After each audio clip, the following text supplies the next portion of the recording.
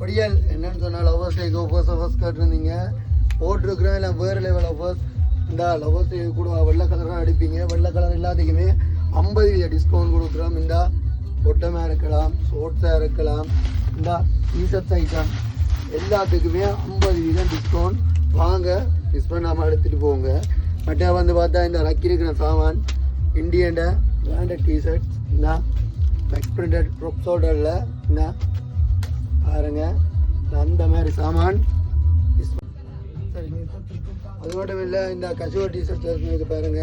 இந்த சைஸஸ் வந்து medium, large, XL 2XL மட்டும் வந்துருக்கு. கலர்ஸை பாருங்க அந்த மாதிரி.